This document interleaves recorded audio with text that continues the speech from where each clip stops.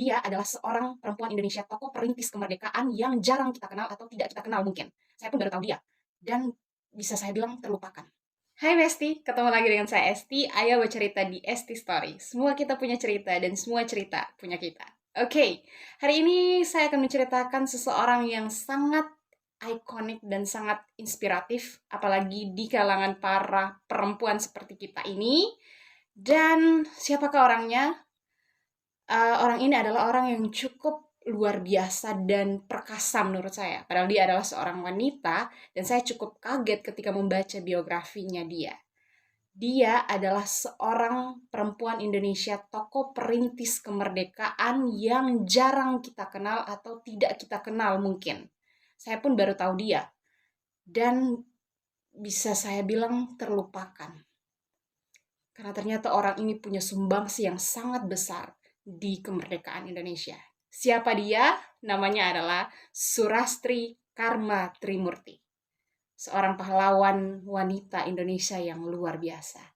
Nah, uh, dari dulu saya pikir bahwa nama-nama yang tersirat di kemerdekaan Indonesia itu pejuang-pejuang wanita itu cuma Raden Ajeng Kartini, Dewi Sartika, Cut Nyak Dien, dan yang lainnya. Tapi ternyata ada seseorang yang sangat luar biasa ini. Kita sebut Ibu Tri supaya lebih enak. Dan dia adalah orang yang sangat penting yang bersentuhan langsung dengan tokoh-tokoh kemerdekaan Indonesia seperti Bung Karno dan yang lainnya. Dan tentu ada satu tokoh yang sangat luar biasa yang berdekatan secara langsung dengan beliau. Tahu ya, seseorang yang bernama Sayuti Melik. Ini saya masih SD, saya hafal betul dia. Dia adalah orang yang mengetik naskah proklamasi. Dan dia adalah suami daripada Ibu Tri ini, Ibu Surasti Karma Trimurti ini. Nah, untuk mengenal siapa beliau, kita langsung ke biografinya. Kita kenal dulu siapa sih Mbak Tri ini sehingga saya dari tadi begitu berkoar-koar tentang beliau. Oke, jadi kita langsung mengenal siapakah Surastri Karma Trimurti. Oke, yang pertama Mbak lagi, Ibu Tri ini lahir di Boyolali pada tanggal 11 Mei 1912. Jadi kalau yang tanya Boyolali itu di mana? Di Surakarta. Oke teman-teman, Boyolali itu di Surakarta. Nah, untuk memberikan gambaran besar tentang beliau, saya jelaskan kenapa sampai saya tertarik dengan orang ini. Dia adalah seorang jurnalis, dia juga adalah aktivis buruh, dan dia adalah Menteri Tenaga Kerja pertama di Indonesia. Keren kan? Kemudian dia juga mendapatkan Satya Lencana Perjuangan, serta dia adalah perintis kemerdekaan Indonesia. Dan dia lahir dari keluarga yang bukan sembarangan. Dia lahir dari keluarga keraton, keluarga ningrat, keluarga priai orang ini. Jadi nama ibunya itu Raden Ajeng Saparinten dan bapaknya itu adalah Raden Ngabehi. Pokoknya orang yang sangat-sangat terkenal. Dan bapaknya ini adalah asisten Wedana. Apa sih Wedana itu? Wedana itu adalah sebuah sistem pemerintahan yang di bawah kabupaten dan di atas kecamatan. Jadi dia di tengah-tengah. Dan Wedana ini adalah sistem pemerintahan yang dibangun di zaman pemerintahan kolonial Belanda. Jadi bapaknya Mbak lagi, Ibu Tri ini adalah seorang yang sangat penting di bagian pemerintahan. Juga mereka adalah keluarga ningrat. Jadi orang ini bukan orang sembarang. Dan sebenarnya dia cuma diberi nama Surastri. Tapi kenapa harus ada muncul nama Surasti Karma Trimurti? Karena ternyata Karma dan Trimurti itu adalah nama pena atau nama samaran yang dia pakai untuk menyamarkan identitasnya. Kenapa sampai harus disamarkan identitasnya? Karena beliau adalah seorang penulis yang sangat kontroversial dan dia banyak menulis artikel-artikel yang sangat membuat penjajah marah terhadap Indonesia. Jadi dia itu luar biasa sekali, orang yang sangat berani. That's why dia harus sembunyikan identitasnya lewat nama-nama pena itu. Karma dan Trimurti. Oke. Itu sekedar biografi singkat tentang si Ibu Tri ini. Kemudian kita lanjut uh, tentang pendidikannya dia. Jadi ternyata ini bukan orang yang malas-malas ya, saudara-saudara, orang yang sangat cerdas. Dia itu lulus SD, namanya SD Tweedy Inland School. I don't know cara membacanya bagaimana. Nanti saya taruh di sini. Dia lulus tahun 1925, kemudian dia lanjut ke pendidikan guru di sekolah putri, sekolah guru putri. Namanya Normal School di Solo tahun 1930.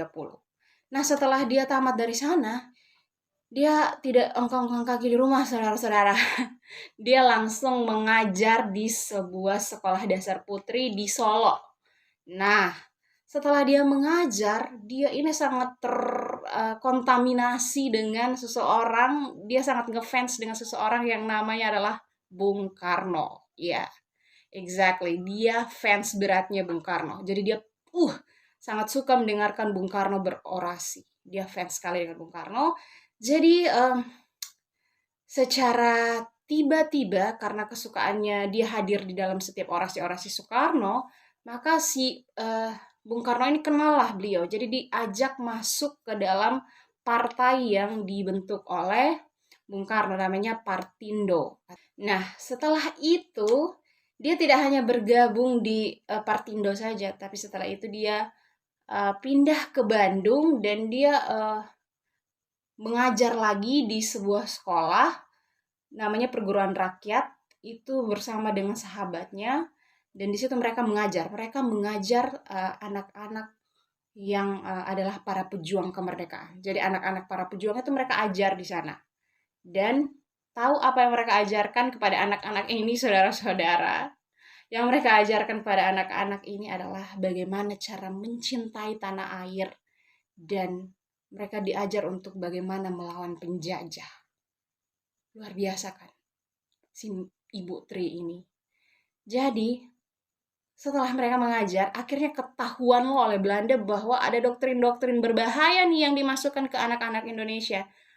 Akhirnya sekolah itu dilarang untuk mengajar. Jadi mereka harus berhenti dan sekolah itu bubar. Tapi si Ibu Tri ini tidak menyerah, saudara-saudara. Dia mulai menulis pamflet. Dia menulis pamflet untuk disebarkan. Pokoknya banyak sekali selebaran-selebaran yang dia sebarkan tentang Belanda, bahwa masyarakat Indonesia harus melawan Belanda. Jadi dia gigih sekali untuk memberitahu masyarakat Indonesia lewat artikel-artikel yang dia tulis selebaran. Jadi dia bagikan di masyarakat. Akhirnya si Ibu Tri ini ketahuan dan dia ditangkap oleh Belanda, lalu dipenjarakan selama 9 bulan karena menyebarkan pamflet-pamflet tadi. Nah, setelah itu 9 bulan dia keluar dari penjara. Jangan pikir dia tobat, saudara-saudara. Tidak. Dia lanjut. Dia menulis artikel-artikel di berbagai harian dan majalah. Bayangkan orang ini. Dan tema tulisannya masih tetap sama, anti kolonial. Orang ini gila, baru keluar dari penjara ini. Jadi dia menulis di banyak sekali harian, dan dia kembali diminta Soekarno untuk tetap menulis di Partindo.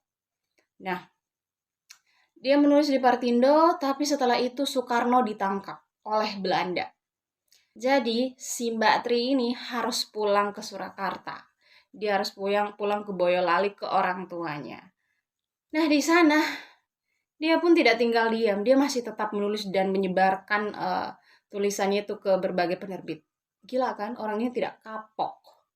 Nah, setelah dia pulang, menurut beberapa sumber yang saya baca, dia bertengkar hebat dengan ayahnya. Karena perbedaan pandangan politik, perbedaan rasa nasionalisme yang dia punya. Bapaknya berpikir bahwa, waduh, kalau si Tri ini terus dibiarkan, maka bisa membahayakan keluarga. Dan saat itu juga Belanda lagi mengincar dia, karena dia dinilai berbahaya sekali perempuan ini.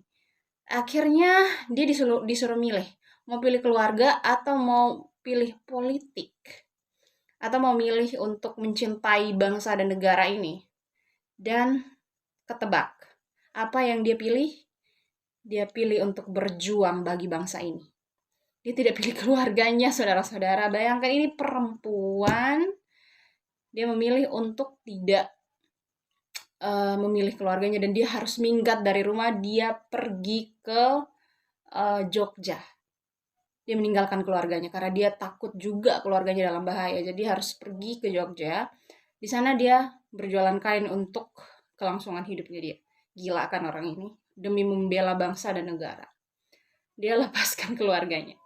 Dan di sana pun dia tidak tinggal diam. Dia terus tulis tentang anti kolonial, terus dia sebarkan di berbagai penerbit. Dia ketemu siapa saja, dia sodorkan selebaran-selebaran artikel-artikel yang dia tulis. Jadi yang tujuan dia untuk terus menulis ini adalah hanya mau menyadarkan bangsa Indonesia bahwa hey, kalian sedang dijajah. Jadi kita harus melawan. Jadi mungkin orang-orang berperang itu menggunakan senjata, tapi Mbak Tri ini senjatanya adalah tulisannya dia. Dan tulisannya dia ini dia sebarkan ke orang. Jadi senjatanya ini berpengaruh karena dipegang oleh banyak orang. Luar biasa kan si perempuan ini, senjatanya adalah tulisannya dia. Nah, setelah itu dia bekerja lagi di sebuah majalah yang namanya adalah Suluh Kita. Nah, setelah di Suluh Kita, dia juga tulis tuh artikel-artikelnya dia ke penerbit punyanya orang Jepang. Nama penerbit itu adalah Sinar Selatan. Sinar Selatan, dia kirimkan tulisan ke situ juga. Nah, di situ dia bertemu dengan kekasih hatinya. Pak Yuti, Sayuti Melik. Orang yang mengetik naskah proklamasi kemerdekaan Indonesia. Wow. Jadi di situ mereka tidak sengaja bertemu karena si Pak Yuti ini mengirimkan artikel juga ke Sinar Selatan. Kebetulan Mbak Tri ini ada di situ, di Sinar Selatan juga. Jadi mereka ketemu di sana. Nah, waktu mereka ketemu di sana, mereka tuh banyak berdebat soal pandangan-pandangan politik, rasa nasionalisme terhadap negara, bangsa. Jadi pandangan-pandangan mereka itu kadang mereka berdebat, kadang mereka setuju. Akhirnya Pak Yuti ini bilang begini, saya pikir pandangan Anda baik juga. Apa salahnya jika Anda menjadi istri saya? Bayangkan, dipinang gara-gara pandangan politik. Ini dipinang karena cinta atau karena jatuh hati atau bagaimana, tapi ini dipinang karena pandangan politik yang luar biasa karena dinilai si Mbak Tri ini cerdas.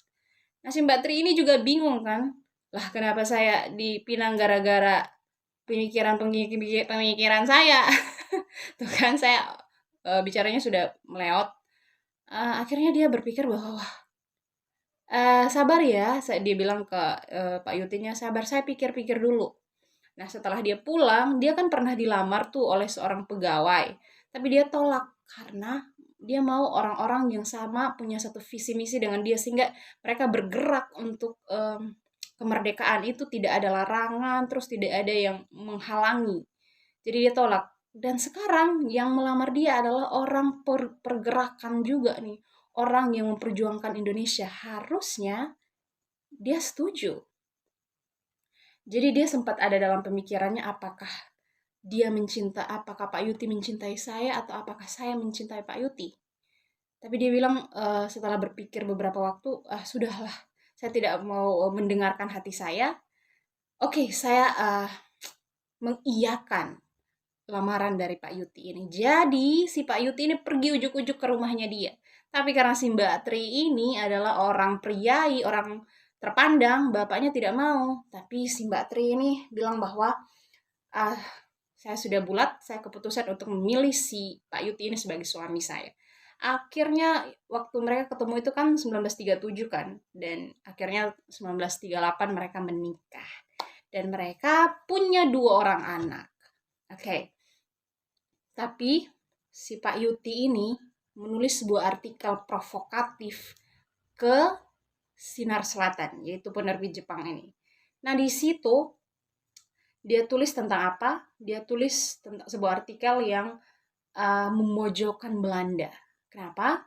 Karena di situ dia menulis artikel bertujuan untuk supaya orang Indonesia tidak usah bantu Belanda ketika Jepang datang menyerang. Karena si Pak Yuti ini sepertinya sudah membaca bahwa Jepang ini sudah mulai kelihatan di penyerangannya. Jadi dia tulis kepada masyarakat Indonesia bahwa kita tidak perlu membantu Belanda. Nah, setelah membaca berita ini, terganggulah para Belanda ini. Jadi mereka mencari siapa sih penulisnya, penulis dari artikel ini, karena ini sangat-sangat berbahaya. Mereka cari, dan akhirnya, you know what, si Mbak Tri ini maju untuk bilang bahwa penulisnya itu saya. Jadi dia menggantikan Pak Yuti ini menjadi penulis daripada artikel itu. Karena dia tidak mau si Pak Yuti ini ditangkap. Jadi berkorbanlah Ibu Tri ini, dia dipenjara atas nama Pak Yuti karena artikel tadi. Nah, dia dipenjara tuh. Setelah itu, Pak Yuti tuh terus menulis artikel, sementara Bu Tri ada di penjara. Nah, setelah dia keluar dari penjara, maka mereka berdua membuat sebuah majalah yang namanya adalah majalah Pesat. Tapi karena tulisan-tulisan mereka yang sangat mengancam, maka Jepang melarang majalah itu untuk terbit. Akhirnya mereka pindahlah ke sebuah penerbit namanya adalah Sinar Harapan. Jadi tadi ada Sinar Selatan, sekarang Sinar Harapan. Banyak sekali sinar waktu itu, saudara-saudara. Nah, tapi di Sinar Harapan ini mereka berdua nih gigih sekali. Dan saya lupa bahwa di janji pernikahan mereka hanya ada satu janji yang boleh diucapkan dan disepakati bersama. Janjinya apa? Sama-sama berjuang untuk Indonesia. Gila kan? Janji pernikahan model apa ini? Bukannya berjanji sehidup semati untuk membangun dan membina rumah tangga. Tidak. Mereka berjanji untuk berjuang bersama bagi Indonesia. Luar biasa. Oke. Jadi selama di Sinar Harapan ini mereka terus menulis artikel. Dan kemudian ketahuanlah oleh Jepang bahwa orang-orang ini tidak tobat. Mereka ditangkap dan bukan mereka sih, yang ditangkap pertama itu Pak Yuti. Ditangkap kemudian dijobloskan ke penjara. Setelah itu mereka cari nih istrinya.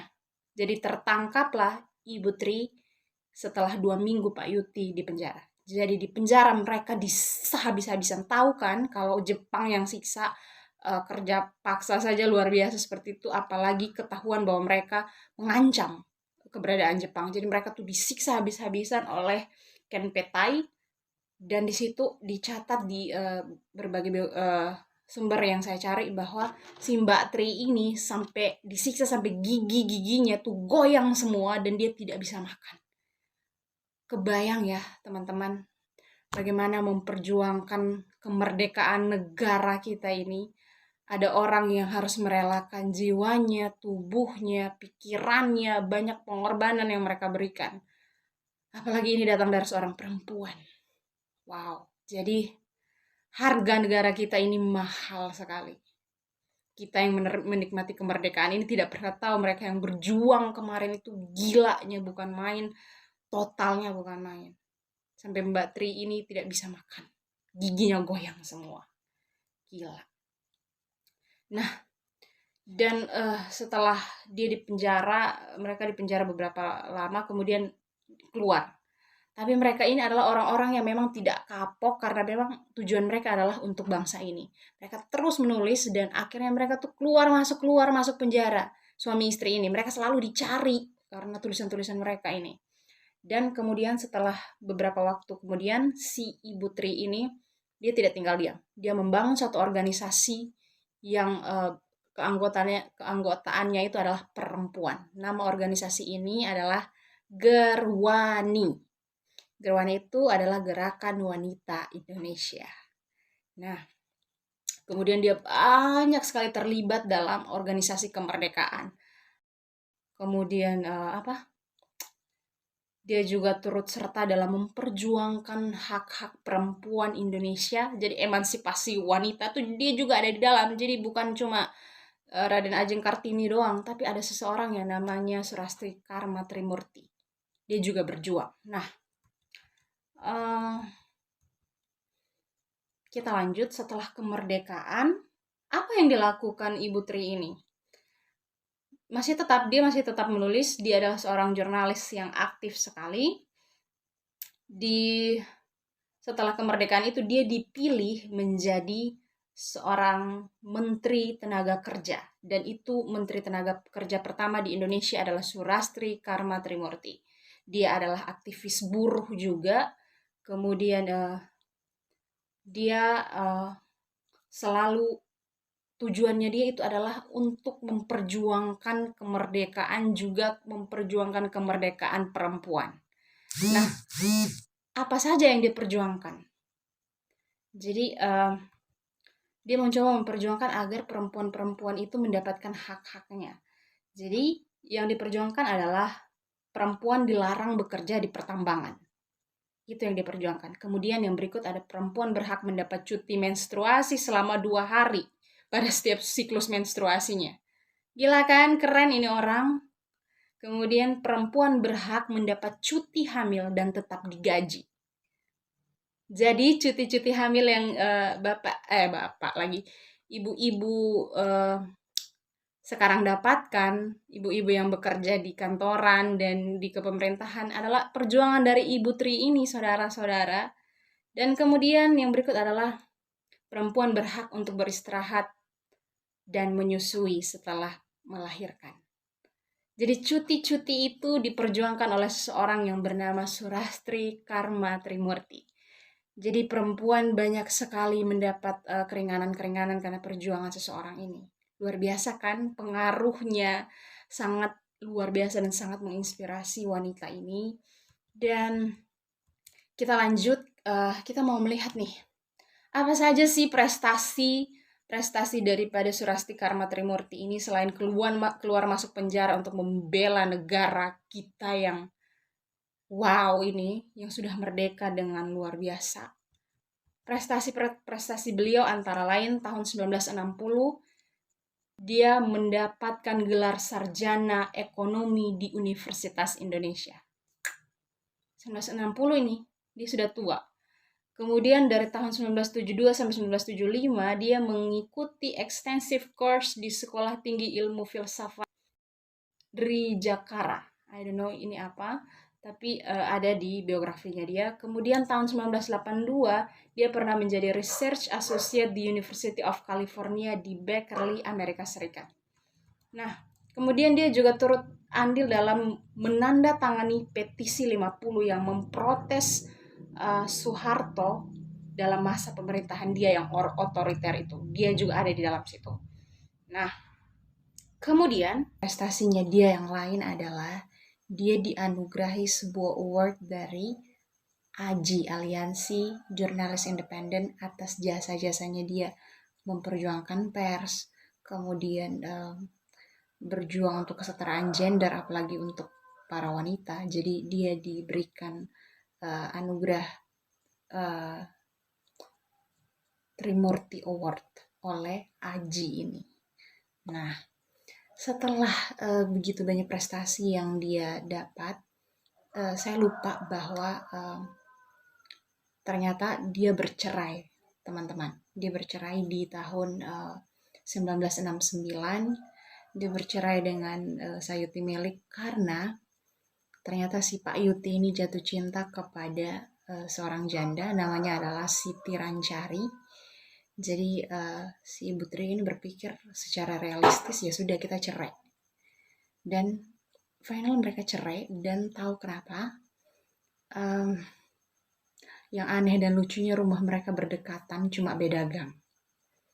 Luar biasa kan si orang ini. Oke, jadi singkat cerita seperti itu.